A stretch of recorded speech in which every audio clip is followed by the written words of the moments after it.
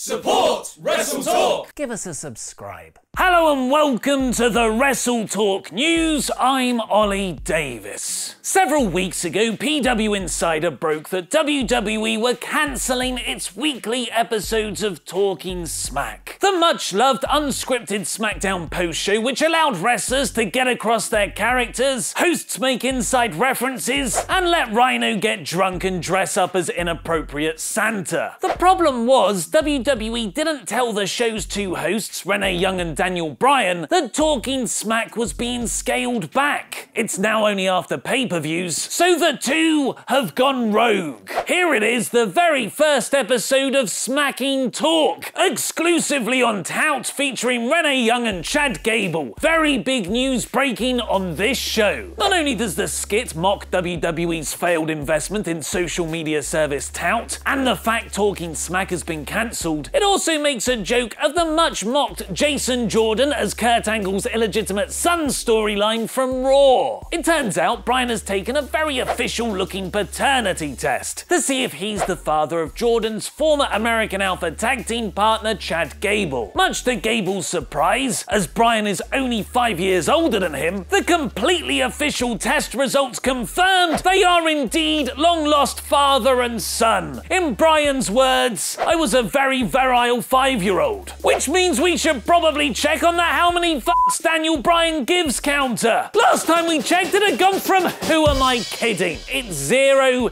It's still 0 here. The Jason Jordan angle reveal helped Raw to its highest rating in 3 months last week, so it's no surprise this Monday's episode experienced a slight drop, falling 3% to 3.06 million viewers. But far more important are your ratings. 67% of you agreed with me at core, while 24% were slightly less impressed at average. The results for Sunday's Battleground show are in too, with 41% agreeing with me at Ellsworthy, while 34% thinking it's slightly better at smack bang in the middle. Speaking of Battleground, there are conflicting reports about one of the night's more confusing screwy finishes: KO pinning Styles to become the new US champion. Owens shockingly lost the title to AJ at a Madison Square Garden house show several weeks ago, and Styles was their heavy favourite to retain at Battleground. But instead, the ending of their match saw a meaningless ref bump, several traded submission attempts, and then KO getting AJ's shoulders on the mat while the referee counted a slow 1,